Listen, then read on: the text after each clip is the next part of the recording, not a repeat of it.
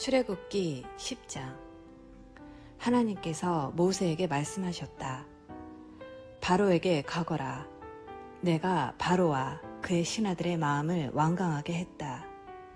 이는 내가 바로에게 이 표적들을 보게 하려는 것이고, 내가 이집트 사람들을 어떻게 괴롭게 했는지 너가 너의 자녀와 후손에게 전하게 하려는 것이다. 내가 이집트 사람들에게 행한 표적 이야기를 너가 너의 자녀와 후손에게 들려주어 내가 하나님인 것을 너희 모두가 알게 하려는 것이다. 모세와 아론이 바로에게 가서 말했다. 하나님, 히브리 사람의 하나님께서 이렇게 말씀하십니다. 너가 언제까지 굴복하지 않겠느냐? 내 백성을 내보내어 나를 예배하게 하여라. 두고 보아라. 너가 내 백성을 내보내지 않으면 내가 내일 너의 땅으로 메뚜기 떼를 들여보내겠다. 메뚜기 떼가 온 땅을 뒤덮어 아무도 땅을 보지 못하게 될 것이다. 메뚜기 떼들이 우박의 피해를 입지 않고 남은 것을 모조리 먹어치우고 들에서 자라는 어린 나무까지 먹어치울 것이다. 나무란 나무는 모조리 끝장낼 것이다. 또한 메뚜기들이 너의 궁으로 들이닥쳐서 너의 신하들의 집과 이집트에 있는 모든 집에 가득 찰 것이다. 너의 조상이 이 땅을 처음 밟은 이래로 오늘까지 그와 같은 것을 본 사람이 아무도 없을 것이다. 모세가 발길을 돌려 바로 앞에서 물러나왔다. 바로의 신하들이 바로에게 말했다. 왕께서는 저 사람이 언제까지 우리를 괴롭히도록 내버려 두시겠습니까? 저 사람들을 내보내어 자기의 하나님을 예배하게 하십시오. 이집트가 다 죽어가는 것이 보이지 않습니까? 모세와 아론이 다시 바로에게 불려갔다. 바로가 그들에게 말했다. 그렇다면 어서 가거라. 가서 너희 하나님을 예배하여라. 너희와 함께 갈 사람들이 도대체 누구냐? 모세가 말했다. 우리가 하나님께 예배를 드려야 하므로 젊은이와 노인들, 아들과 딸들, 양떼와 소떼를 데리고 가겠습니다. 바로가 말했다. 하나님의 복을 빌어주며 너희를 보낼지언정 너희 자녀들을 너희와 함께 보내지는 않을 것이다. 너희가 못된 짓을 꾀하고 있는 것이 빤히 들여다 보인다. 어림없는 수작 마라. 너희 장정들만 가거라.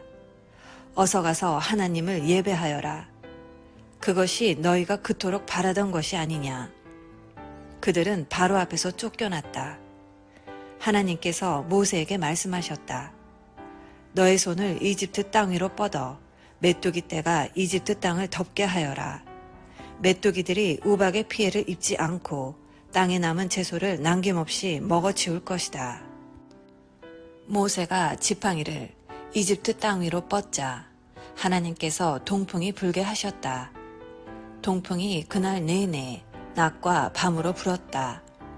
아침에 보니 동풍이 메뚜기 떼를 몰고 왔다. 메뚜기 떼가 이집트 땅을 덮고 이집트 온 땅에 내려앉았다. 메뚜기가 땅을 가득 메웠다. 그렇게 많은 메뚜기 떼의 습격은 전에도 없었고 앞으로도 없을 것이다.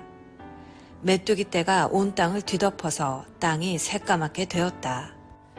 메뚜기들은 모든 채소와 열매뿐 아니라 우박의 피해를 입지 않은 모든 것을 닥치는 대로 먹어치웠다. 이집트 온 땅에 벌거벗은 나무와 텅 빈 들 외에는 아무것도 남지 않았다. 푸른 것이라고는 흔적조차 없었다. 바로가 즉시 모세와 아론을 불러들여 말했다. 내가 너희 하나님과 너희에게 죄를 지었다. 한 번 더 나의 죄를 눈감아다오.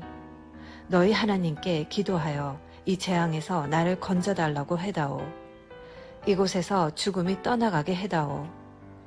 모세가 바로 앞에서 물러나와 하나님께 기도하자 하나님께서 바람의 방향을 바꾸셨다. 강한 서풍이 메뚜기 떼를 몰고 가서 홍해에 쳐 넣어 버렸다. 이집트 온 땅에 메뚜기가 한 마리도 남지 않았다. 그러나 하나님께서 바로의 마음을 전처럼 완강하게 하셨다. 바로는 여전히 이스라엘 자손을 내보내려 하지 않았다. 하나님께서 모세에게 말씀하셨다. 너의 손을 하늘로 뻗어 이집트 땅에 어둠이 내리게 하여라.